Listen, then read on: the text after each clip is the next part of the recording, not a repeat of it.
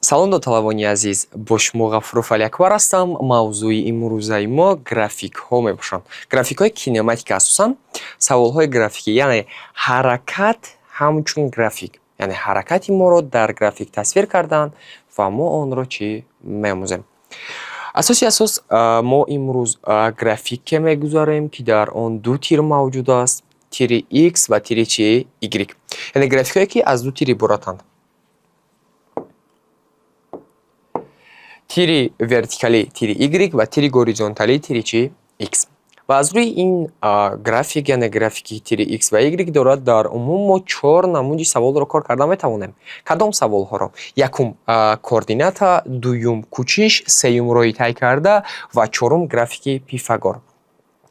ва графикҳое ки мо мегузарем дар ин дарс ва ду дарси оянда ҳамаашон пурра аз китоби зерин мебошад.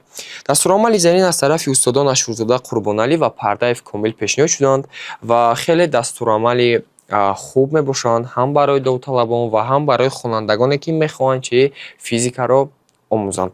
ва имрӯз мо дарсро оғоз мекунем. Якум аз графики X ва Y мо гуфтем якум намуди савол ин саволи чӣ аст? Координата. Саволи координата. Координата чист? Агар мо қоидаи координатаро гӯем, координата ин мавқеи ҷойгишавии ҷисм аст. Мавқеи ҷойгишавии ҷисм. Яъне агар бо забони фаҳмотар гӯем, ба мо мегӯянд ки локатсияи худро равон кун, локатсияи худро, ё ҷои ҷойгишавии худро равон кун, ё местоположениятро равон кун. Яъне мафҳумҳои гуногун, мафҳумҳои русӣ асосан истифода мешаванд ва мо метавонем истифода барем чӣ? Координатаҳои худро равон кун. Яъне координата чист? Ҷои ҷойгишавии ҷисм.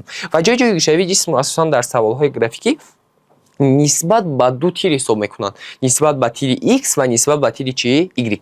Мисол, ман агар аз 10 метр дар тири X аз 10 метр то 30 метр оям, дар умум ман дар тири X 20 метр кӯчидам. Аз 10 ба 30. Ман ба кӯчиш ҳозир кор надорам. Ман бар ҷои ҷойгишавиам кор дорам. Ман дар 30 метр истодам ва ҳамин утоқе ки ман дар ин ҷо қарор дорам, мисол дар 3 этаж бошад. Дар тири Y дар 3. Ман метавонам гӯям ки координатаҳои ман 30 бар 3. 30 бар 3 маънояш чи аст? Дар тири X 30, дар тири Y 3. ё мисол ман дар 10 метр ояму дар 1 этаж бошам. Ман чӣ мегӯям? Координатаҳои ман 10 ба 1, аммо 1 ба 10 не. 1 ба 10 аз 10 ба 1 чӣ фарқ мекунад? 1 ба 10 маънои он надорад ки мо аввал тири Y-ро гуфта истодаем ва 10 ба 1 маънои он надорад ки мо аввал тири X-ро гуфта истодаем. ва қоидааш ҳамин аст ки мо бояд аввал тири X-ро гӯем, баъдан тири чиро? Y-ро гӯем. Ин қоидаи муҳим дар координата мебошад. Яъне мавқеи ҷойгишавии худро мо бояд аввал нисбат ба тири X гӯем, баъдан нисбат ба чӣ? Тири Y гӯем. Мисоли оддӣ, агар ман дар нуқтаи А қарор дошта бошам, координатаҳои худро равон кунам, чунин менависем. Нуқтаи А координатаҳояш X ва чӣ? Y. Нуқтаи А координатаҳояш X ва Y бошад, агар ман мебинам нисбат ба X дар чанду метрам ва нисбат ба Y дар чанду метрам. Нуқтаи А вақте ки рост тири X мефароем, ин тири X аст, тири X. Ин бошад тири чӣ? Тири Y. ва ин шакли нопурраи график аст. Агар шакли пурраро гӯем, ин хел мешавад. Ин тири чӣ мешавад? Y ва ин тири чӣ? Ин тири X. Яъне дар умум тири вертикали тири Y аст ва тири горизонтали тири чӣ аст? X аст. ва агар ман дар нуқтаи А координатаҳои худро дар вақти дар нуқтаи А будан равон кунам, ман чунин менависам. Рост мефароем аввал тири X. Тири X чанд аст? Пеш аз 20, яъне 10 то 10 то зиёд шуда истодааст. 10 боз нуқтаи А ба тири Y мешавад чанд? 50. Яъне координатаҳои ман мешавад 10 ба чанд? Ба 50. ё дигар мисол чӣ гӯяд? Мисол гӯяд ки нуқтаи Б. Нуқтаи чӣ? Нуқтаи Б. Ман менависам Б, X ва Y. Чаро X ва Y? Барое ки дар хотири ман истад ки ман бояд аввал тири X-ро равон кунам, баъдан тири Y-ро равон кунам. Тири X ва тири Y. Нуқтаи Б вақте ки тири X мефароем чанд? 20. Вақте тири Y мефароем чанд? 50. Равон мекунам. 20 ба чанд? Ба 50. ё ин ки нуқтаи мисол F. Менависам нуқтаи F X ва Y. дар нуқтаи F дар тири X ман дар чанду метр? Дар 60. дар тири Y бошад дар чанд? Дар 50. Менависам 60 ба 50. аммо асосан дар китоб ду намуди координата мепурсад. Ин координатаи ибтидоӣ мебошад ва координатаи интиҳоӣ мебошад. Яъне аввали ҳаракати мо ибтидо ва охири ҳаракати мо чи? Интиҳо. Агар координатаҳои ибтидоӣ гӯяд, мо бояд аввал фикр кунем, ки ибтидои ҳаракати мо куҷост? Ибтидои ҳаракати мо нуқтаи А мебошад.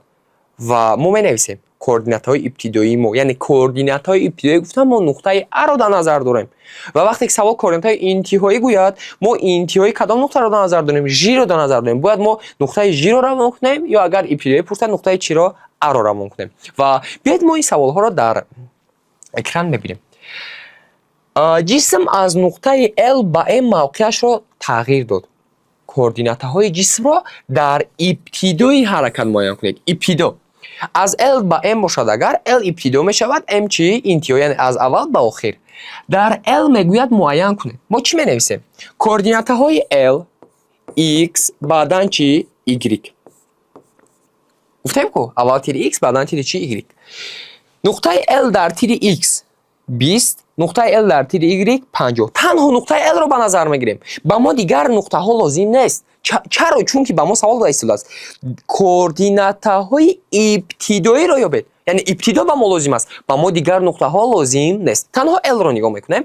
L дар тири X 20, L дар тири Y чанд? 50. Равон мекунем. 20 ба чанд? Ба 50. Ин аст координатаҳои чи? Ибтидоӣ. саволи навбатӣ мегӯяд дар расм графики вобастагии координатаи X аз вақт барои ҷисме ки дар атрофи меҳвари OX ҳаракат мекунад нишон дода шудааст. Кӯчиши ҷисмро дар 10 сония муайян кунед. Чиро муайян кунед? Кӯчиши ҷисм. биёед ин саволро мо дар каме баъдтар мебинем, чунки ин мавзӯъ аллакай мавзӯи чи аст? Мавзӯи кӯчиш аст. сеюм савол мегӯяд ҷисм аз нуқтаи L то нуқтаи M мавқеашро тағйир дод. Координатаҳои ҷисмро дар интиҳои ҳаракат муайян кунед. Дар куҷо? Дар интиҳои ҳаракат. Интиҳо L аст ё M? M. Менависем M тири X баъдан тири чи? Y. Тире мемонем. акнун бояд мо фаҳмем ки тири X дар куҷо ҷойгир аст. Тири X дар болои M. Ина инҷо тири X, ина инҷо тири чи? Y. M дар тири X чанд аст? 60. M дар тири Y чанд аст? минуси 60. Менависем 60 ба чанд? 60 ба минуси 60. ин буд ҷавоби савол. Ва ин савол бошад барои шумо мешавад. савол мегӯяд ҷисм аз нуқтаи А то Е роҳеро тай намуд. Координатаҳои ҷисмро дар ибтидои ҳаракат. Шумо бояд нависед. Дар ибтидои ҳаракат координата чанд аст? Дар ин ҷо рақамҳо чунин аст. 10, 20, 30. 10, 20 чанд? 30. Бояд шумо дар ибтидои ҳаракат ҳамин саволро чӣ кор кунед? Саволро шумо дар дафтаратон нависед. Яъне дар дафтар худатон кор кунед. Ва мавзӯи навбатӣ ин мавзӯи кӯчиш аст. мавзӯи кӯчиш кӯчиш калимаи ба худ наздик кӯчидан. Чӣ қадар мо кӯчидем? Кӯчидан мешавад, кӯчиш мешавад нисбат ба тири X, нисбат ба тири Y. Мисол, агар ман рост равам, ман дар тири X кӯчида истодам. Агар вертикалӣ мисли лифт ҳаракат кунам, дар тири Y кӯчиш мекунам. Ва бояд ҳаминро мо фарқ кунем. Ва мешавад баъзан ҳолатҳо ки мо ҳам дар тири X мекӯчем ва ҳам дар тири чи? Y мекӯчем. Баъзан ҳолатҳо мешавад ки мо танҳо дар тири X мекӯчем ё танҳо дар тири чи? Y мекӯчем. ва кӯчиш ду чизи асосӣ дорад. барои кӯчиш мо бояд ду мавқеъро муайян кунем. ин мавқеъ аввала ва мавқеъи охираи ҷисм аст. аз куҷо сар шуд, дар куҷо ба анҷом расид. аз куҷо сар шуд, дар куҷо ба анҷом расид. Яъне ҳам дар тири X ва ҳам дар тири Y. Агар савол моро дар тири X гӯяд, мо бояд ҷои аввалаи ҷисмро дар тири X ва ҷои охираи ҷисмро дар тири X муайян кунем. Яъне вақте ки моро тири X мегӯяд, ба мо тири Y умуман лозим нест. вақте ки моро тири Y мегӯяд, ба мо тири X умуман лозим нест. ва аслан муҳим гуфтем, ба мо лозим аст ду чиз: координатаи ибтидоӣ, координатаи интиҳоӣ. Координатаи ибтидоӣ дар тири Y, координатаи интиҳоӣ дар тири чи? Y. мисол, ҷисм аз нуқтаи А то Ж роҳеро тай кард. кӯчиши иҷро кардаи ин ҷисмро нисбат ба тири X муайян кунед.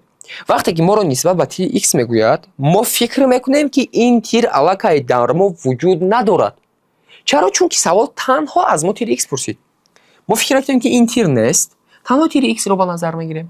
тири X чанд қадар кӯчиш кард? ҷисм аз А ба Б рафт, ба S рафт, ба D рафт, ба E рафт, ба F рафт, ба G рафт.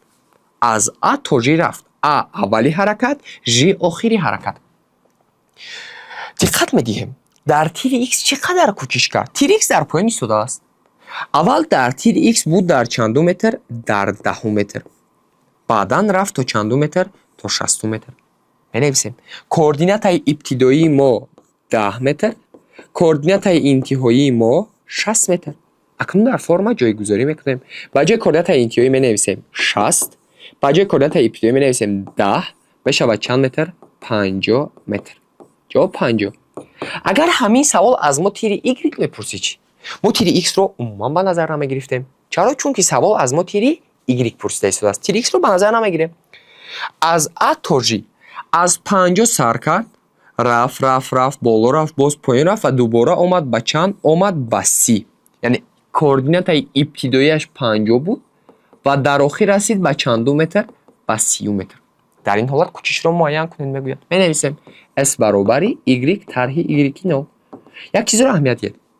Y ما به 30 برابر است. در مغز سر شما اول فکر اومد 50 طرح 30 برابر 20. اما این خطا است. چرا؟ چون که شما باید فرمول رو یکم درجه اهمیت دید. ها در متماتیک هم خلاص بسیار وقت رقمی کلان از اول میآید، اما در فرم این خیلی سخت.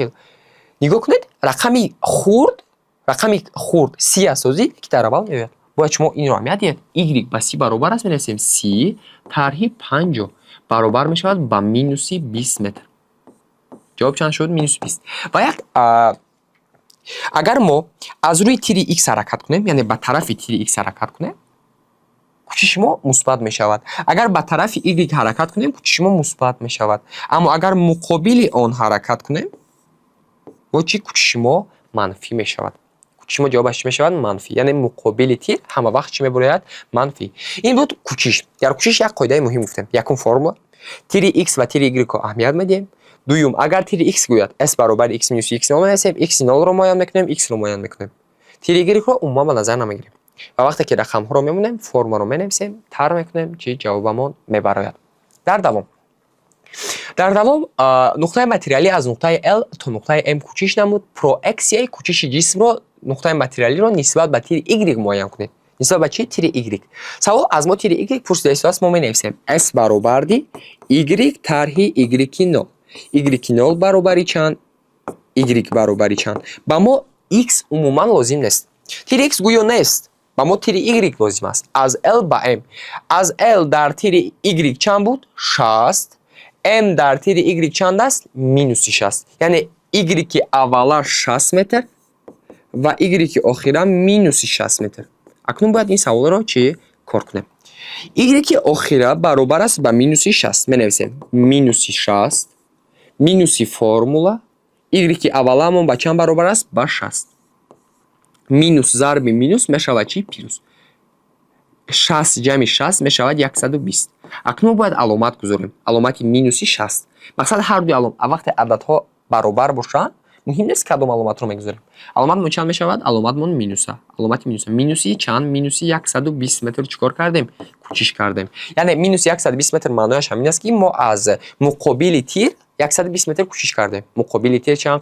120 متر کوچیش کردیم و برای همین منفی میگذاریم. سوال نوبتی بگوید نقطه متریالی از نقطه A تا B راه تعیین نمود. پروکسیای کوچیش نقطه متریالی نسبت به تیر X معین کنید. بنویسیم S برابر X طرح X نول. X نول برابر چند است؟ X برابر چند است؟ X نول گفتیم که اولی حرکتی ما در X مینوس 20، آخری حرکتی ما در X 60. بنویسیم X اولا مینوس 20 متر و X آخری چند متر؟ 60 متر. S برابر X سر X نول. X آخری من 60 طرح فرمولا X اولی من مینوس 20. مینوس کردم مینوس چی میشود؟ پلوس میشود. 60 پلوس 20 چند میشود؟ 80 متر. جواب چند؟ 80. و این سوال نوبتی پیش از این سوال را کار کردم. بیاید یک سوالی که ما در اول گذاشتیم اون را کار کنیم. میگوید در رسم گرافیک وابستگی کوردینات X از وقت نشان داده شده است. فرقیت این سوال از سوال‌های دیگر همین است که در آنجا هم تیر X و هم تیر Y بود، اما در اینجا تنها تیر X است و تیر X را به طور ورتیکالی جایگیری کرده است از وقت. میگوید در 6 ثانیه جسم چقدر کوچیش کرد. ما برای کوچیش رو معین کردن در تیر X ما باید نویسیم S برابر X طرح X نول. X نول با چند برابر است؟ X با چند برابر است؟ x 0. از کجا سر شد؟ از جای اولا در x چند است؟ مینوس 20. از مینوس 20 آغاز شد. بنویسیم x اولا مینوس 20 متر و بعد 6 ثانیه وقتی که رفت 1 ثانیه گذشت، 4 ثانیه گذشت، آمد 6 ثانیه گذشت. در 6 ثانیه گذشته شده در تیر x به چند رسید؟ باز به مینوس 20. x اولا مینوس 20 و x آخر هم چی؟ مینوس 20. اگر جای اولا و جای آخر یک نقطه باشد، ما گفتیم که در موضوع گفتیم که وقتی که ما به موقع اولامون برگردیم، یعنی از مینوس 20 آغاز شد دوباره به مینوس 20 برگشت، چقدر کوچش اجرا کرد؟ کوچش اجرا نمیشود. چرا؟ چون که جسم به حالت اولا چیکار کرد؟ به موقع اولا برگشت. اگر متمتیکی خواهید این خیلی اثبات میکنیم. x آخر مینوس 20 مینوس فرمولا باز چند؟ 20. مینوس 20 دوبار مینوس 20 شد.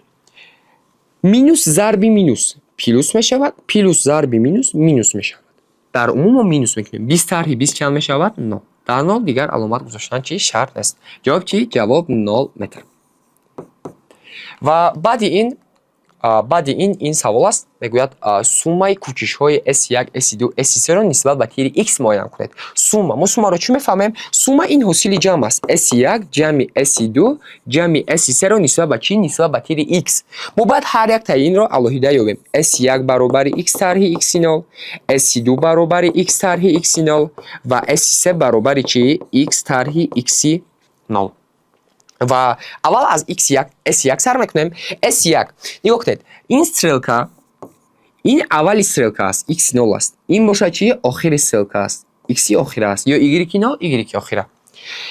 در S1 اولی آن بود از چند متر؟ از 7 متر و آخری آن بود از چند متر؟ در 2 متر. اول 7 آخر 2. آخر طرح اول بود کو؟ آخر طرح چی؟ در اینجا 5 است. بین 4 و بین 6 چند است؟ 5 است. 7 نکو. اکنون نگاه کنید، اول 5 آخر 2. ما آخر رو طرح اول میکنیم که آخر 2 اول 5 برابر میشود با مینوس 3 متر. یعنی مقابل تیر 3 متر کوچش کرد.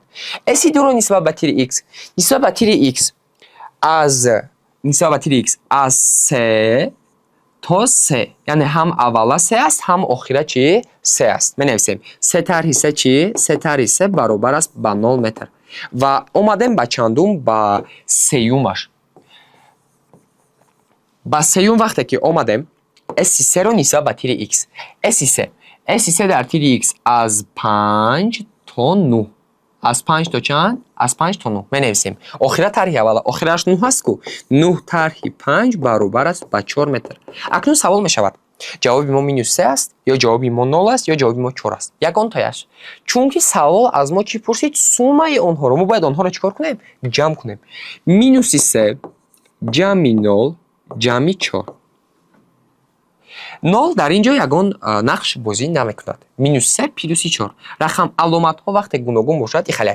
اگر دو رقم رو ما بینیم که علامت هایشون یک است، یعنی این هم مثبت این هم مثبت است، ما علامت ها رو رقم ها رو جمع میکنیم 66 و علامت یکی اونها رو میگذاریم. مثال مینوس 44 مینوس 11 باشد، باز علامت ها یک است، باز جمع میکنیم 11 جمع 44 میشود 55 و علامت رقمی کلان رو میگذاریم چند است؟ 44. اما اگر علامت ها گوناگون باشند آن رو تر میکنند. علامت ها گوناگون باشند چیکار میکنند؟ تر 4 تر 3 چند میشود؟ 1 و علامت عدد کلان. عدد کلان در ما 4 است کو. علامت عدد کلان چند میشود؟ 1. جواب 1 چی متر. سومای کوچش 1. در دوام ما یک سوال دیگر گرفتیم. پرویکسیون کوچش جسم نسبت به تیر Y و پرویکسیون کوچش جسم نسبت به تیر X. هر دو این سوال ها رو شما در دفترتان خودتان چیکار میکنید؟ کار میکنید. این سوال و سوال نوبتی رو. یکی تیر X است و دیگر تیر چی است؟ تیر Y. و موضوع نوبتی ما این میباشد راهی طی کرده. راهی طی کرده چیست؟ راهی طی کرده این چقدر راهی که ما طی میکنیم، یعنی راهی که طی کرده چی بود؟ قسمت مسیر که ما آن را طی میکنیم. و راهی طی کرده رو چطور حساب میکنم؟ مثال میگوید جسم از A تا G رفت، راهی طی کرده او را حساب کنید. در اول ما باید فهمیم که یک کتکچه که ما حساب میکنیم چند متر است. یک کتکچه گفته شده است یک کتکچه 10 متر است. در این پرم 10 متر، در این طرف هم چی؟ 10 متر. و حساب میکنیم در عموم چند کتکچه رفته است؟ 1 2 3 4 5 6 7 8 9 10 11 12 13 дар умум 13 то рафтааст. 13 то чанд метра? 13 то 10 метра мешавад чанд метр? 130 метр. ё ин ки гӯяд ки аз А то Д ҳисоб кунед. ҳисоб мекунем 1 2 3 4 5 6 60 метр. 6 то 10 метра чанд метр? 6 метр. Яъне ба мо муҳим нест ки аз куҷо то куҷо мегӯяд. Мо катакчаи онро ҳисоб мекунем, зарби метраш мекунем, чӣ масофаи мо ҳосил хоҳад шуд. дар давом акнун саволҳои роҳи тай карда, мисол аз А то С роҳ тай кард, роҳи тай кардаи ҷисмро муайян кунед. мо ҳисоб мекунем аз А то С 1 2 3 4 5 6 7 7 то 10 метра чанд метр? 70 метр.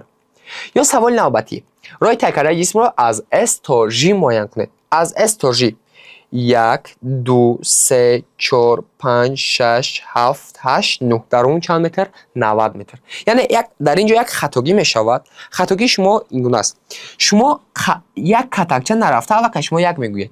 дар он баъд мебарояд 10 катакча. Ин хато аст. Шумо бояд вақте аз С то Ж гуфт як катакча равед, баъдан гӯед ки мо як катакча рафтем. дар он мо 9 катакча рафтем. 9 катакчаи 10 метра чанд мешавад? 90 метр. ва саволи навбатӣ мегӯяд дарозии ҳар се тарафи секунҷаи баробартараф ба 3 метр баробар аст. мо ҷумларо таҳлил мекунем.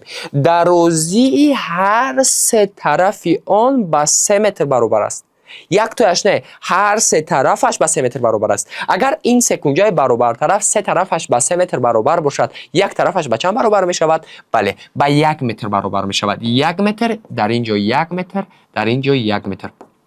ва мегӯяд ҷисм аз нуқтаи А ҳаракатро сар карда, дар нуқтаи А боз мемонад. яъне аз А сар кард, рафт ва баъдан ба А чӣ? Боз монд. яъне як давр зад гӯям мешавад. роҳи тай кардаи ҷисмро муайян кунед. роҳи тай карда яъне чанд метр рафт? аз А то Б 1 метр, аз Б то С 1 метр, аз Б то А 1 метр. дар умум рафт 3 метр. ва вақте ки роҳ мегӯяд мо мегӯем 3 метр. аммо вақте кӯчиш гӯяд мо мегӯем кӯчиш иҷро нашуд. кӯчиш тай накард, накӯчид. накӯчид маънояш ки ба ҷои аввалаш чӣ? Баргашт. ва саволи навбатӣ боз роҳи тай карда. ин савол саволи барои худатон, яъне шумо дар ин ҳолат шумо метавонед видеоро стоп кунед ва катакчаҳои инро ҳисоб кунед. мисли саволҳои гузашта вақте ки ман ба шумо якчанд саволро вазифа додам, шумо видеоро стоп кунед, ҳамон саволро кор кунед, дар дафтар ҷавобашро нависед, баъдан идома диҳед ва ман ҷавоби шуморо дар комментария интизор мешавам. 5 саволе ки ман ба шумо додам, ҷавобашро чӣ дар комментария интизор мешавам. ин савол мегӯяд ки роҳи тай кардаи нуқтаи материалиро ҳисоб кунед. дар умум инро ҳисоб мекунем аз L то M. инро шумо бояд чӣ? Худатон ҳисоб кунед. ин савол низ ин гуна аст. аз S то E шумо бояд катакча ҳисоб кунед ва донед ки чанд метр роҳро тай карда аст. ва дар охир теоремаи Пифагор. теоремаи Пифагор ин як теоремае аст ки дар дилхоҳ кор мекунад. агар мо як секунҷа кашем ва мо хоҳем ки тарафи сеюмро ёбем, агар ин тараф А бошад, ин тараф Б бошад, ин тараф S бошад, мо тарафи сеюмро агар ёфтанӣ бошем, як форма аст. аз тарафи Пифагор пешниҳод шудааст S квадрат баробарди А дар квадрат ҷамъи Б дар квадрат. ва мо мехоҳем ки S-ро ёбем. вақте ки чизи квадратдорро меёбем, таҳти реша мешавад. А квадрат ҷамъи чӣ? Б квадрат. А як тараф аст, Б як тараф аст. S агар инро ҷамъ кунем таҳти реша гирем, ҷавоби S чӣ мебарояд. ва ин низ ҳамин гуна аст. мо мегӯяд ки аз А то С роҳ тай менамояд ва кӯчиши нуқтаи материалиро муайян кунед. аввал мо бояд муайян кунем кӯчиш чист. кӯчиш хат аст ки мавқеи авваларо ба охира мепайвандад ва мо бояд ҳамин хатро дарозиашро чӣ кор кунем? Муайян кунем. ва барои ин мо гуфтем ки теоремаи Пифагорро истифода мебарем. теоремаи Пифагор ин гуна буд. S баробарди А дар квадрат ҷамъи Б дар квадрат таҳти чӣ? Реша. тарафи якум, тарафи дуюм чанд метрӣ ҳастанд? тарафи якум 1 2 3 4 4 то 10 метра мешавад 40 метр. тарафи дуюм 1 2 3 3 то 10 метра мешавад 30 метр. менависем 40 дар квадрат ҷамъи 30 дар квадрат таҳти чӣ? таҳти реша. 40 дар квадрат маънояш 40 кара 40 мешавад 1600. 30 дар квадрат маънояш 30 кара 30 мешавад 900 таҳти чӣ? Реша. 1600 ҷамъи 900 мешавад 2500. акнун савол мешавад аз решаи квадратӣ мо чӣ тавр мебарорем? решаи квадратӣ як қоида дорад. дар решаи квадратӣ чанд то ноле бошад, як то нол аз реша мебарояд. як то нол ними он. мисол 2 то бошад 1 то мебарояд, 4 то бошад 2 то мебарояд, 6 то бошад 3 то мебарояд. ва агар тоқ бошад чӣ? тоқ бошад шумо хато кардаед саволро. ё ягон решаи ягон рақами хел рақами бутун намебарояд. Мисол дар ин ҷо 2 то 0 аст, мо 1 то 0-ро мебарорем, 1 то 0 ва аз решаи 25 чанд кара чанд 25 мешавад 5. Яъне решаи 2500 чанд аст 50. Ва агар шумо хоҳед ки инро санҷед, шумо бояд чикор кунед? 50-ро зарби 50 кунед. Агар 2500 ҳосил шавад, пас шумо дуруст баровардед. Агар ҳосил нашавад, шумо чи хато кардед. Ва ман ба шумо вазифаи хонагӣ медиҳам. Вазифаи хонагӣ маҳз аз китоби механика қисми 1 аст. Механика қисми 1-ро шумо бояд аввал дастрас кунед.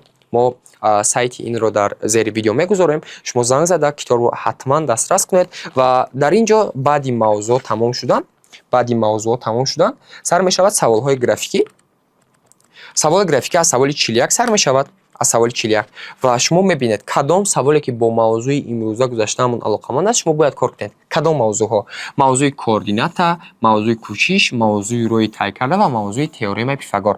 Ҳама ин мавзӯъҳоро шумо чӣ бояд дона ба дона кор кунед ва дар охир боз варақаи ҷавобҳо дорад, метавонед ҷавобҳои худро чӣ бисанҷед. Ва агар ягон саволи нофаҳмо шуд ба шумо метавонед дар комментария нависед ва мо кӯшиш мекунем ки дар дарсҳои оянда ба он чӣ ҷавоб гардонем. Ва бо ҳамин дарси аввалини графикҳо ба анҷом мерасад. Бо шумо будам ман Ғафуров Алиакбар. Ташаккур ба диққататон.